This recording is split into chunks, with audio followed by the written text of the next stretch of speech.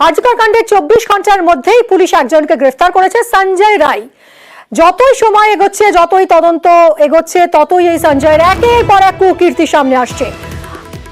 বধূ নির্যাতনের অভিযোগ রয়েছে এই সঞ্জয়ের বিরুদ্ধে। 2022-এ বিয়ের পর থেকে স্ত্রীকে মারধর করে, তার অত্যাচারে বাড়ি ছাড়েন ক্যান্সার আক্রান্ত স্ত্রী। কালীঘাট থানার বিরুদ্ধে নিষ্ক্রিয়তার অভিযোগ। কথা বলবো অর্পিতা আমাদের প্রতিনিধির সঙ্গে। অর্পিতা, একাধিক অভিযোগ আসছে সামনে এই সঞ্জয়ের বিরুদ্ধে, ঠিক কি কি অভিযোগ? দেখো, সঞ্জয় রায়ের নামে এই কলকাতা পুলিশে এটা প্রথম ঘটনা নয়। কলকাতা পুলিশের খাতায় এর আগেও কিন্তু তার নাম ছিল কলকাতা পুলিশের খাতায়। কারণ তোমাকে জানিয়ে রাখি, তার যে স্ত্রী, সেই স্ত্রী কিন্তু ক্রিস্টোফার রোডে যিনি থাকতেন এবং 2022 সালে তাদের বিয়ে হয় 19শে ফেব্রুয়ারি। কিন্তু বিয়ে হওয়ার 6 মাসের মধ্যে অকথ্য অত্যাচার এবং তাকে ব্যাপকভাবে মারধর করা হতো বলে অভিযোগ পরিবারের সদস্যদের এবং তার শ্বশুরবাড়ির সদস্যদের দাবি যে সঞ্জয় রায় যেন কঠিন থেকে যেন কঠিনতম যেন শাস্তি পায়। তার কারণ 6 মাসের পরে যখন তার স্ত্রী ক্যান্সারে আক্রান্ত হন এবং তখন তিনি চিকিৎসা ছাড়াই তাকে বাপের বাড়িতে পাঠিয়ে দেন এবং চিকিৎসার সমস্ত খরচ বাপের বাড়ির যারা সদস্য তারা কিন্তু দেন। শুধু তাই নয়, এবং এই যে তার যে স্ত্রী তাকে ব্যাপকভাবে মারধর করায়, কালীঘাট থানায় 2022 সালে 4ই অগস্ট একটি কমপ্লেন করা হয়। কিন্তু তার পরিপ্রেক্ষিতে একটি জেনারেল ডায়েরি করা হয়, কিন্তু আর কোনো কিছুই পুলিশ কোনো ব্যবস্থা নেয়নি বলে শ্বশুরবাড়ির সদস্যদের অভিযোগ। আর এখানেই কিন্তু তারা করছেন যে তখন যদি ব্যবস্থা নেওয়া হতো তাহলে হয়তো আজকে এই দিনটা দেখতে হতো না। কারণ 2023 সালে 10ই আগস্ট তাদের সেই মেয়ে, অর্থাৎ এই সঞ্জয় রায়ের যিনি স্ত্রী, তিনি কিন্তু ক্যান্সার আক্রান্ত হয়ে তার মৃত্যু হয়।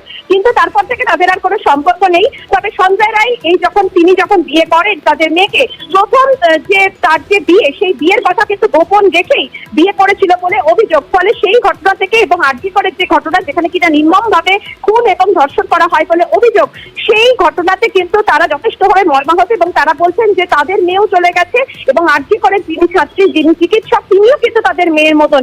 ফলে সেই জায়গা থেকে সঞ্জয় রায় যেন কঠিন থেকে কঠিনতম যেন শাস্তি পায়। আর এখানেই পুলিশের ভূমিকা নিয়ে প্রশ্ন তারা তুলেছেন যে তখন যদি 2022 সালে কালীঘাটের যে ঘটনা, সেই ঘটনায় যদি তারা যথেষ্টভাবে গুরুত্ব দিয়ে যদি তারা এফআইআর করতেন বা যদি শাস্তি যদি দেওয়াতেন, তাহলে হয়তো সঞ্জয় রায়ের আজকের এই ঘটনার সামিল হতে হতো না। এমনটাই কিন্তু তার শ্বশুর বাড়ির যারা সদস্য তারা কিন্তু সেরকমটাই অভিযোগ করছেন।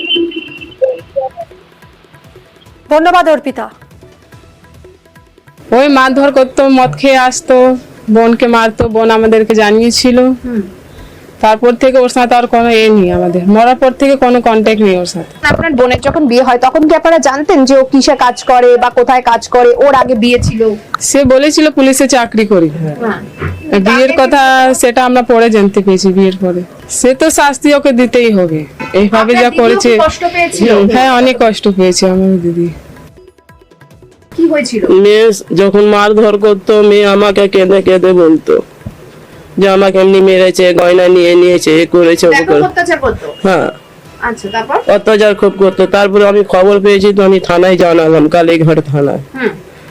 রাত্রিবেলা 2টোর সময় এমনি 2022 সালে। হ্যাঁ, থানায় 2বার জানিয়েছি, কোনো কিছু করা শুনবাই নেই। কেন কি জানি, পুলিশ বলেই কি?